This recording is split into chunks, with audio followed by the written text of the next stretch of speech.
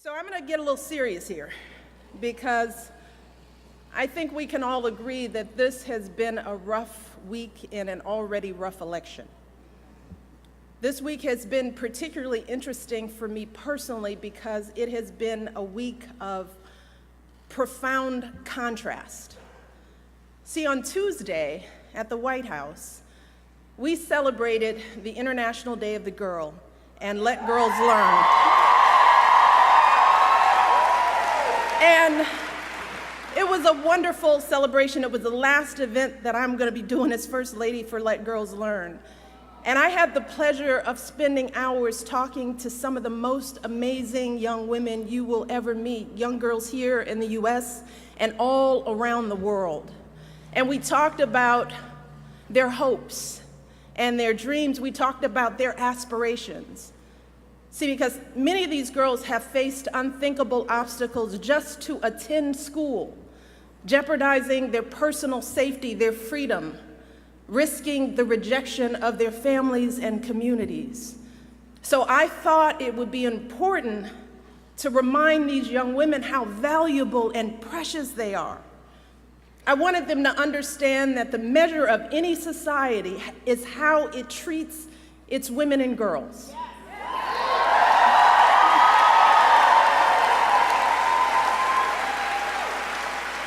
And I told them that they deserve to be treated with dignity and respect. And I told them that they should disregard anyone who demeans or devalues them, and that they should make their voices heard in the world. And I walked away feeling so inspired, just like I'm inspired by all the young people here.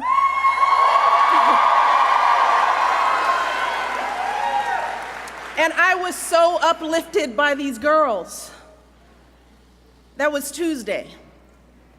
And now here I am, out on the campaign trail in an election where we have consistently been hearing hurtful, hateful language about women. Language that has been painful for so many of us, not just as women, but as parents trying to protect our children and raise them to be caring, respectful adults, and as citizens who think that our nation's leaders should meet basic standards of human decency.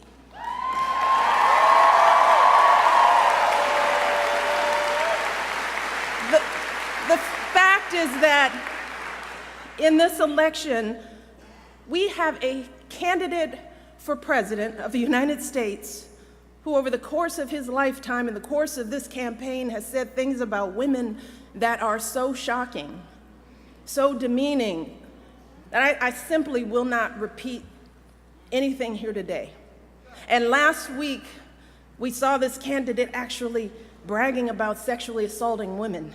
And I can't believe that I'm saying that a candidate for president of the United States has bragged about sexually assaulting women.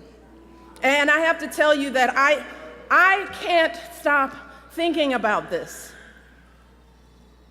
It has shaken me to my core in a way that I couldn't have predicted. So while I'd love nothing more than to pretend like this isn't happening and to come out here and do my normal campaign speech, it would be dishonest and disingenuous to me to just move on to the next thing like this was all just a bad dream. This is not something that we can ignore. It's not something we can just sweep under the rug as just another disturbing footnote in a sad election season. Because this was not just a lewd conversation. This wasn't just locker room banter.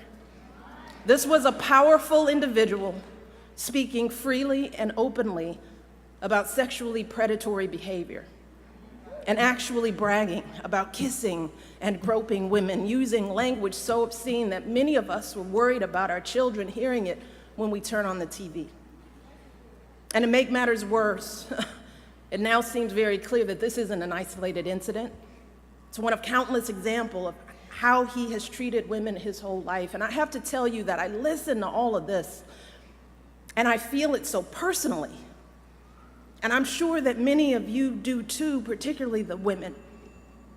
The shameful comments about our bodies, the disrespect of our ambitions and intellect, the belief that you can do anything you want to a woman, it is cruel. It's frightening. And the truth is, it hurts. It hurts. It's like that sick, sinking feeling you get when you're walking down the street, minding your own business, and some guy yells out vulgar words about your body. Or when you see that guy at work that stands just a little too close, stares a little too long, and makes you feel uncomfortable in your own skin. It's that feeling of terror and violation that too many women have felt when someone has grabbed them or forced himself on them and they've said no, but he didn't listen. Something that we know happens on college campuses and countless other places every single day. It reminds us of stories we've heard from our mothers and grandmothers about how back in their day, the boss could say and do whatever he pleased to the women in the office, and even though they worked so hard, jumped over every hurdle to prove themselves, it was never enough. We thought all of that was ancient history, didn't we? And so many have worked for so many years to end this kind of violence and abuse and disrespect, but here we are in 2016, and we're hearing these exact same things every day on the campaign trail. We are drowning in it. And all of us are doing what women have always done. We're trying to keep our heads above water, just trying to get through it, trying to pretend like this doesn't really bother us. Maybe because we think that admitting how much it hurts makes us as women look weak. Maybe we're afraid to be that vulnerable. Maybe we've grown accustomed to swallowing these emotions and staying quiet because we've seen that people often won't take our word over his. Or maybe we don't want to believe that there are still people out there who think so little of us as women. Too many are treating this as just another day's headline, as if our outrage is overblown or unwarranted, as if this is normal, just politics as usual. But New Hampshire, be clear, this is not normal. This is not politics as usual.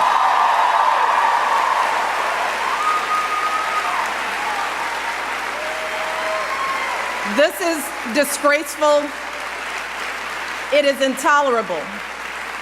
And it doesn't matter what party you belong to, Democrat, Republican, Independent, no woman deserves to be treated this way. None of us deserves this kind of abuse.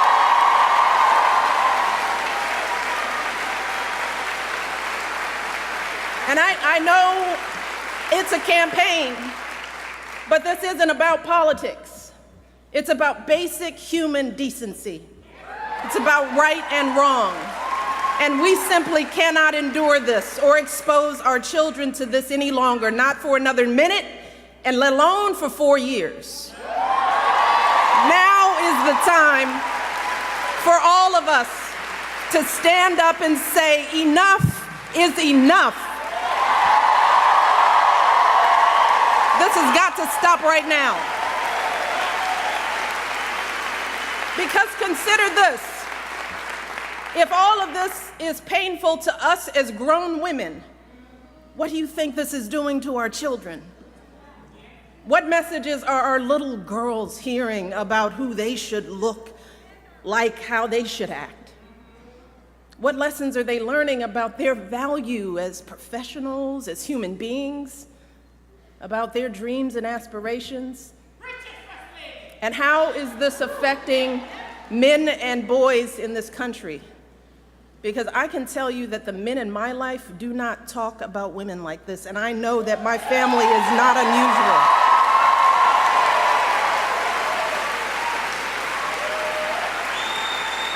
And to dismiss this as everyday locker room talk is an insult to decent men everywhere. The men that you and I know, don't treat women this way. They are loving fathers who are sickened by the thought of their daughters being exposed to this kind of vicious language about women. They are husbands and brothers and sons who don't tolerate women being treated and demeaned and disrespected. And like us, these men are worried about the impact this election is having on our boys who are looking for role models of what it means to be a man. In fact, someone recently told me a story about their 6-year-old son who one day was watching the news. They were watching the news together, and the little boy out of the blue said, "I think Hillary Clinton will be president." And his mom said, "Well, why do you say that?" And this little 6-year-old said, "Because the other guy called someone a piggy."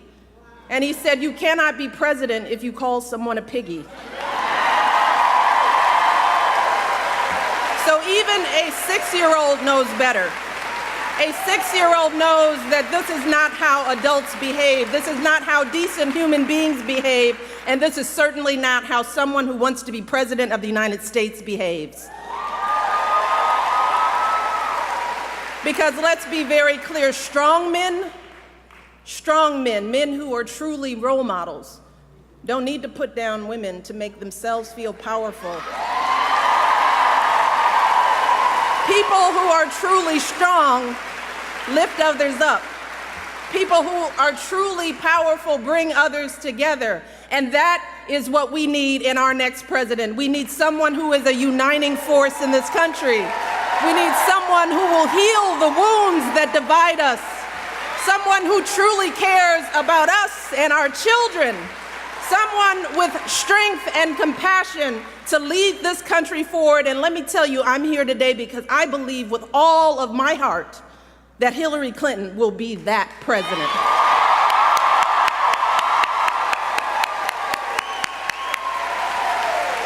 See, we know that Hillary's the right person for the job because we've seen her character and commitment, not just in this campaign, but over the course of her entire life. The fact is that Hillary embodies so many of the values that we try so hard to teach our young people. We tell our young people, work hard in school, get a good education. We encourage them to use that education to help others, which is exactly what Hillary did with her college and law degrees, advocating for kids with disabilities, fighting for children's health care as First Lady, affordable child care in the Senate. We teach our kids the value of being a team player, which is what Hillary exemplified when she lost the 2008 election and actually agreed to work for her opponent as our Secretary of State, earning sky-high approval ratings, serving her country once again. We also teach our kids that you don't take shortcuts in life, and you strive for meaningful success in whatever job you do. Well, Hillary has been a lawyer, a law professor, First Lady of Arkansas, First Lady of the United States, a U.S. Senator, Secretary of State, and she has been successful in every role, gaining more experience and exposure to the presidency than any candidate in our lifetime. More than Barack, more than Bill, and yes, she happens to be a woman.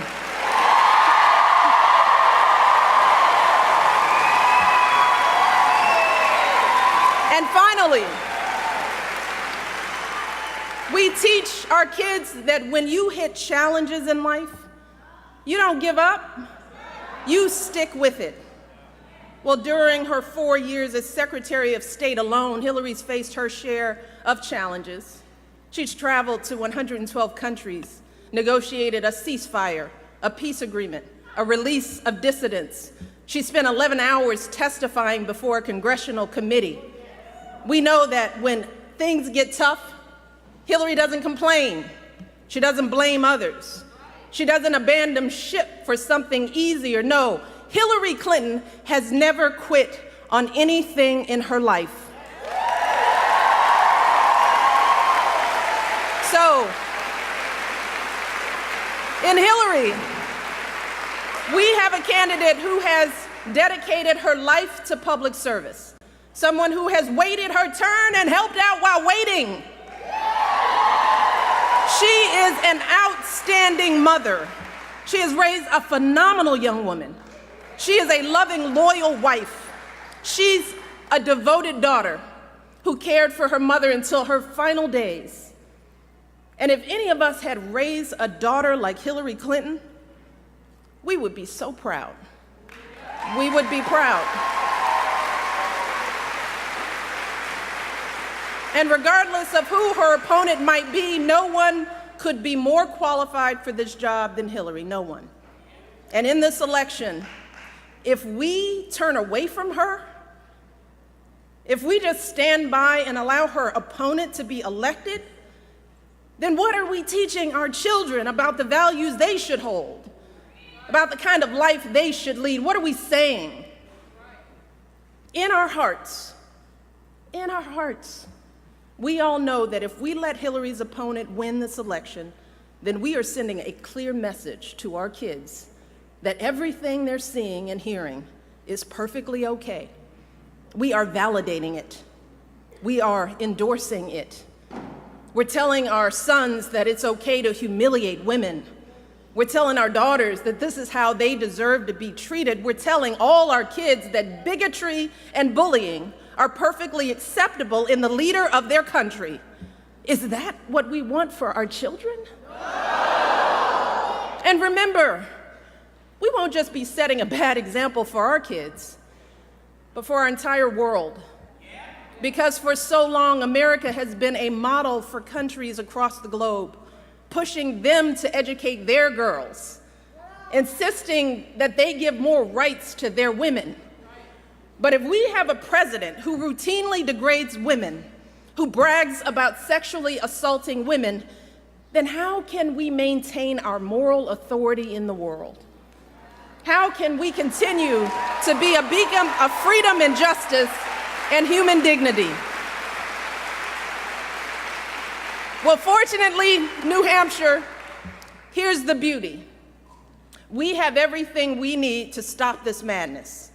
You see, while our mothers and grandmothers were often powerless to change their circumstances, today, we as women have all the power we need to determine the outcome of this election. We have knowledge. We have a voice. We have a vote.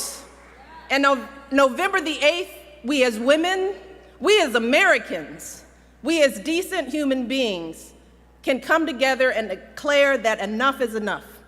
And we do not tolerate this kind of behavior in this country.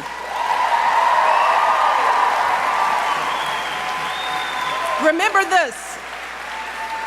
In 2012, women's votes were the difference between Barack winning and losing in key swing states, including right here in New Hampshire. So, for anyone who might be thinking that your one vote doesn't really matter, or that one person can't really make a difference, consider this. Back in 2012, Barack won New Hampshire by about 40,000 votes, which sounds like a lot. But when you break that number down, the difference between winning and losing this state was only 66 votes per precinct. Just take that in. If 66 people, each precinct had gone the other way, Barack would have lost.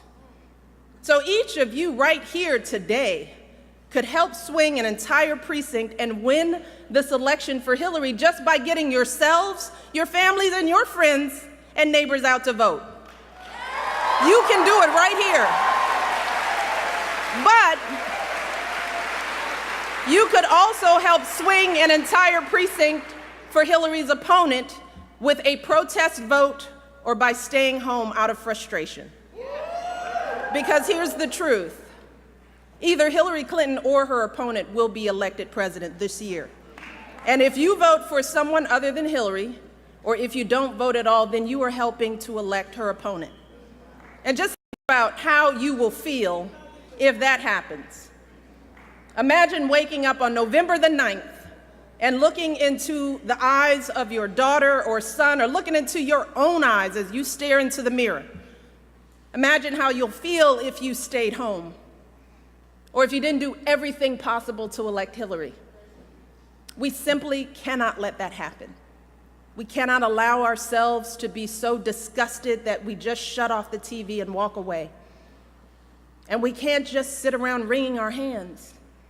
No, we need to recover from our shock and depression and do what women have always done in this country. We need you to roll up your sleeves. We need to get to work. Because remember this, when they go low, we go. Yes, we do.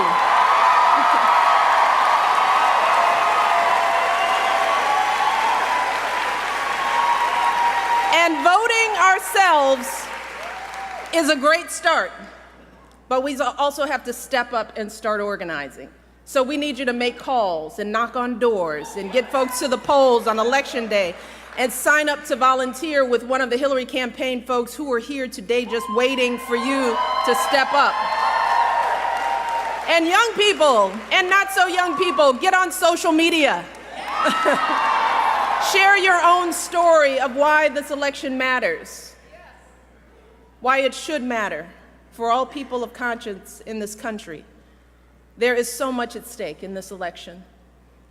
See, the choice you make November 8th could determine whether we have a president who treats people with respect or not, a president who will fight for our kids, for good schools, for good jobs for our families or not, a president who thinks that women deserve the right to make our own choices about our bodies and our health or not. That's just a little bit of what's at stake. So we cannot afford to be tired or turned off. And we cannot afford to stay home on Election Day. Because on November the 8th, we have the power to show our children that America's greatness comes from recognizing the innate dignity and worth of all our people. On November the 8th, we can show our children that this country is big enough to have a place for us all, men and women, folks of every background and walk of life, and that each of us is a precious part of this great American story, and we are always stronger together. On November 8th, we can show our children that here in America, we reject hatred and fear. And in difficult times, we don't discard our highest ideals. No, we rise up to meet them. We rise up to perfect our union.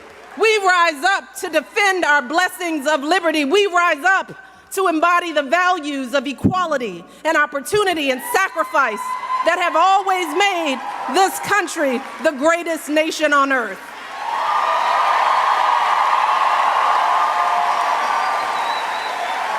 That is who we are. And don't ever let anyone tell you differently. Hope is important. Hope is important for our young people. And we deserve a president who can see those truths in us. A president who can bring us together and bring out the very best in us. Hillary Clinton will be that president.